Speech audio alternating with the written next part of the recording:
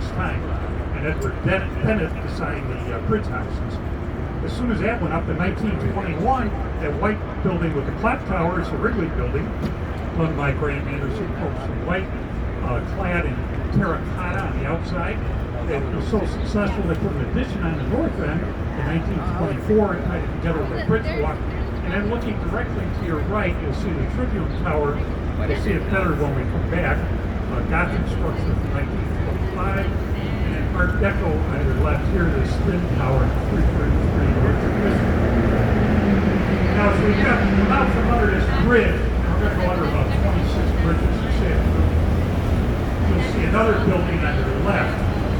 Completes this quartet of buildings that were done in the early 20s. So looking to your left now, you see the London House building, originally the London Guarantee and Accident Company insurance headquarters. This was 1923, Alfred Alschuler. This is very neoclassical architecture. When I say classical, I'm talking about Greek and Roman. So you get an arch over the entrance, columns on either side with Corinthian capitals. You take your eye up to the top, and they repeat those columns up there in a colonnade fashion, and then that beautiful belvedere on the top of the building. It's a very complex building. As it goes up higher, it's got 12 sides to it to make sure it fits on the full footprint of the lot. Today, it's a hotel rather than an office building, and when it was converted to a hotel a few years back, basically there was a vacant lot next to it. You see this glass tower. So they infilled that and give it more floor space. But they didn't have to build the elevators in the new part because the elevators for the old hotel were already in the rear of the building. So it made it economically more efficient for them. And then you can see how they tied the modern and the historic together with the horizontal banding, first up by the base and further up. Now that tall white tower on your left in the middle of the block is Mather Tower from 1928. Another Gothic style of architecture. You can see all of that tracery in the stonework at the base, 24 stories on that squared off base, and another 18 stories in that reducing tower above it. It looks like a Gothic rocket up there. When you get to the top floor, there's only 250 square feet up there. So if you get that hotel room, you got to carry your suitcase up 2 flights because there's no room in the elevator to go up to the top, very high. Also looking to your left, it's 1926, the Jewelers Building, done by Frederick Dickelberg. Again, this is a neoclassical style building, or sometimes referred to as Beaux-Art, because the architects that designed these would have been framed at the École des Beaux-Arts in Paris, France. So you can see the arches again, beautiful temple on the top. Those smaller temples you see on the corners of the base part of the building used to conceal water tanks. They would put water tanks up there in the 1920s because they didn't have the hydraulics that could store water that high in case it was a fire. So they would use gravity to take water out of those tanks if there was a fire below. Now, we're going to jump into a period in the 80s called postmodernism on your left. Gray, greenish tower, sort of a massive, strong-looking building, was done in 1989, and it was an Irish architect named Ricardo Field who worked here locally with the John Dinkley architecture firm. This is what's called postmodernism. It's a very modern building, but it still references the past historical styles. You see the columns here, but they're not like an old Greek column. They're much more modern and street. And look at the window pattern on the 15th floor up there, matches the height of the tan building next to it. And that's called contextualism, where your analogy or location of the other buildings by giving some sort of reference to the neighboring building. This reflective glass tower with the white stone on the front of it is from 1992. Spanish architect named Ricardo Field designed this. And here he does this sort of playful classicism. He's got slight arch over the main entrance, the pediment roofs on either side of the side windows. And then if you look up at the very top of the building, he repeats that pediment roof up there on all 4 sides around the top. And then we know it's just a slight reference to columns where he divides the glass panels with the stones. Now the next building, 111 West Wacker, is a residential apartment building.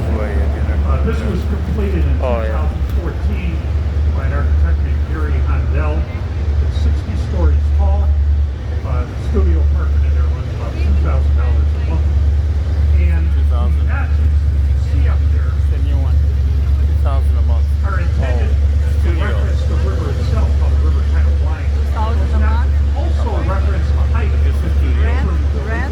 First at the base, then second at the top, and then the third notch all the way up references the height of the Carnival Field building. Yes. So the next building as we come up under this bridge is called the Builders Building from 1927. So again, this is the 20s. It's still this neoclassical style. We're still copying styles from European type buildings. So you've got some columns at the base with ionic capitals. They're actually called at any rate, if they're selected to the side, they're not three-dimensional. Then when you get up at the top, it repeats that colonnade up there.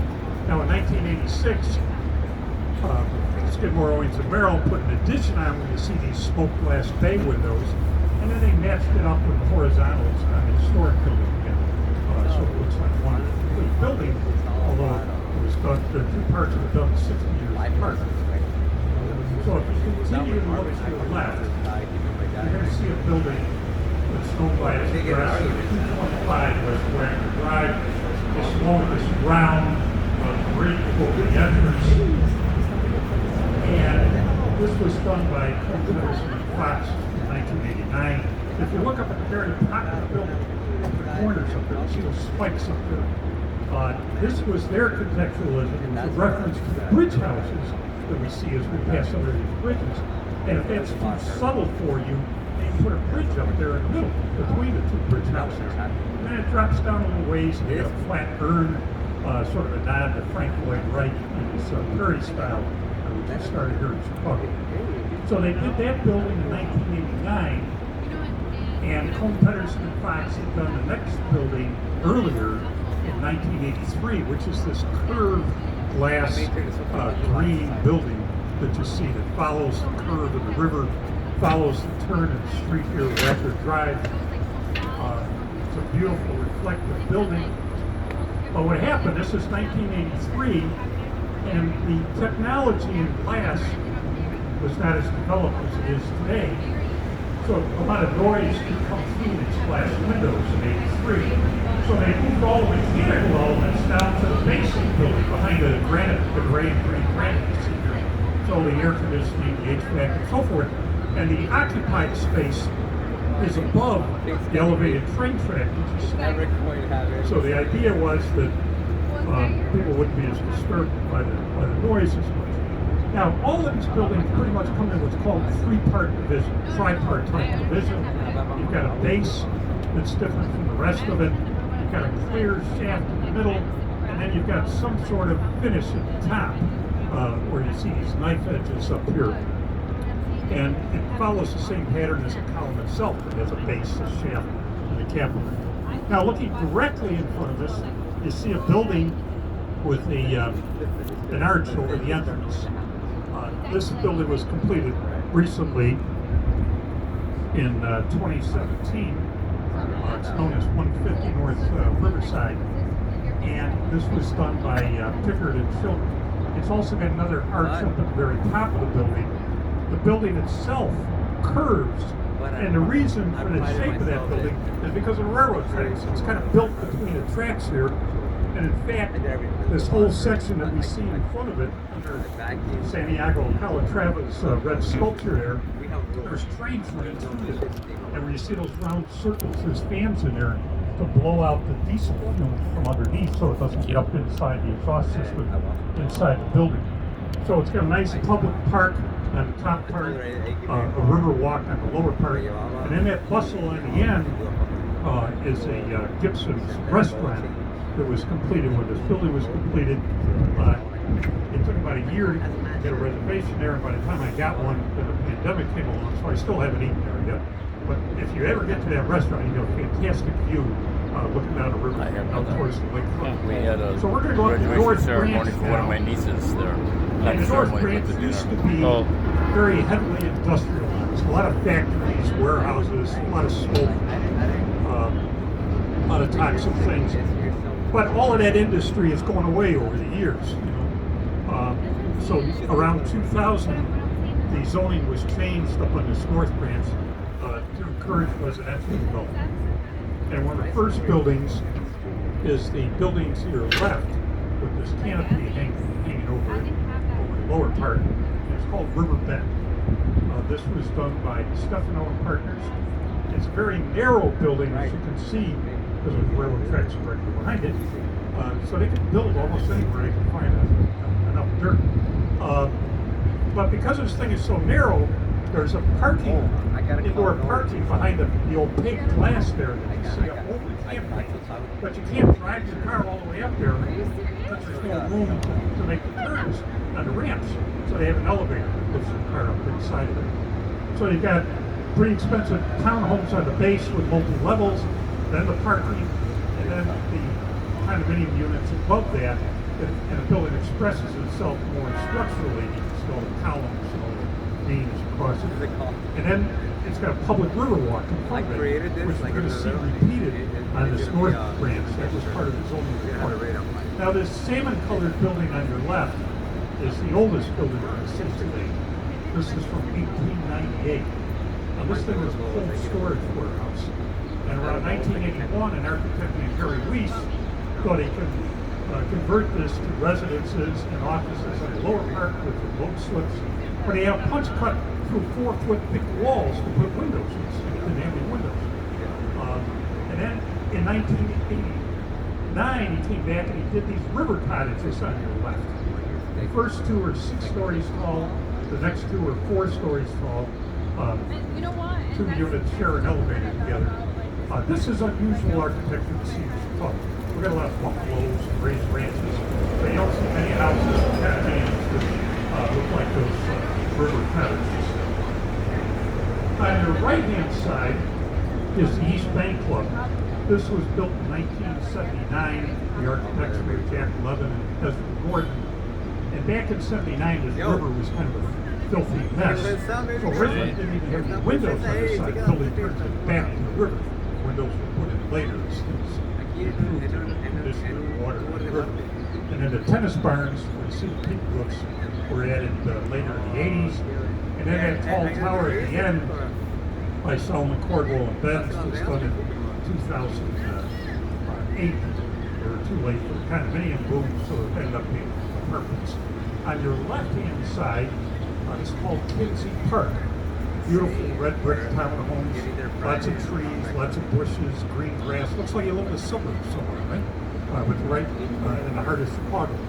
And then the taller tower with more affordable like David Hardy at the same time is set back to the river behind it. So on your right-hand side again, we're approaching another older building, this red brick building coming into view. It's from 1909, and this originally was a railway terminal and storage building. So ships coming into the mouth of the Chicago River would pull up here, unload, stuff would get loaded on the railroad cars. This was done by Nimitz Fellows, and because this was 1909, it was part of this City Beautiful movement. So whatever kind of building you built, whether it was a warehouse or a factory, not just an office building or residential, it had to have some architectural detail to it. So it accomplishes that with the stonework that you see interspersed with the brick, especially the towers up there at the top. We don't see that today. We have all these big box stores, right? And these precast slabs, put it up and call it a Best Buy or a Target store, right? So things, they thought much differently about the aesthetics of architecture back then than we sometimes do today or the modern shopping centers and retail centers. So after this bridge, again looking to your right, we're going to see another series of buildings completed in early 2000. This first one is from 2002 by Solomon Cordwell and Benz. I think what they did with the windows here, they pull them out from the face of the building, and views in both directions. And then when you get to the end, you've got this panoramic view that curves around the building. So on the far side of the park, we see these two white towers. These were done in 2002, 2004 by a French architect named Lucien Lebrun's. And here, he's very expressive of the structure. You see these chevrons, these steel beams going up the face towards the river. A lot of exposed concrete on the other building. So you end up with some rather unusual shaped rooms in this, but he's taken, again, full advantage of whatever the footprint of the lot is. He's building this up. And then the city put this park in here, of course, to create this neighborhood and to encourage development around the park. So as we get to the north end of the park, you're now seeing a building that's sort of a light gold color and cream color. This is by Papa George Haynes, done in 2004 and 2006. There's actually two towers. You'll see the second one in a minute. And then they're both joined together at the center by a lobby that services both towers. So again, we've got this townhomes on the lower part, parking again. You wouldn't even know it's there because it's behind this opaque glass. And then where you see the balcony start above that, you know, the parking area is ended and the residential park has begun. So again, you've got this river walk here. The ballards that are along the river here are painted in the same color tones as the building itself. And the green color on this building, I think, was chosen because of the color of the next building we're approaching on the right, along with these dark metal balconies hanging off of it. That building is from 1930. Willis Macaulay was the architect. He was an in-house architect for a company called Montgomery Ward. And for those of you who may not be familiar, Montgomery Ward was a catalog company. You would get these thick catalogs in the mail, page through it, fill out an order form, mail it in, and a couple weeks later they send you the stuff that you had ordered. So kind of a precursor to what we do with Amazon today. And to create the Riverwalk, when this was converted to residential, they just opened up the bay on the first floor, where you see people walking by here, move back the exterior windows, because they're pretty beautiful windows to begin with. And as you get to the end of this walkway here, you go into a tunnel where you see this kid on a bicycle coming out. And that tunnel extends under the street and into this next building, which is the Montgomery Ward Warehouse building, built in 1908. This thing is 1.4 million square feet. This is where they kept all the stuff that you would order through the Montgomery Ward catalog. And the people who worked here wore roller skates so they could get from one end to the other and back and forth to fill the orders quickly before they were shipped out on trains or whatever way they were being sent out. So this, now we have Amazon fulfillment centers, right? So this was Montgomery Ward's fulfillment center. Schmidt, Gardner, and Martin designed this building. It's got a very horizontal presentation with the brickwork, as you can see. And then look at the detail in the panels underneath the windows on the third floor. This is reminiscent of an architect named Louis Sullivan, who Schmidt, Gardner, and Martin were very much disciples of. And if you've ever been in the Louis Sullivan building, you know, he decorated everything, everywhere he could get a ladder, right? So lots of ornamentation. Now, looking directly to your right, you see some buses down there, and this parcel of land is called Goose Island. It extends about 2 miles north and about a mile wide at its widest point. Originally, it was owned by William B. Ogden, the first mayor of Chicago. And he had a lot of businesses going, including a brick business, and he kept shoveling down at the bottom of the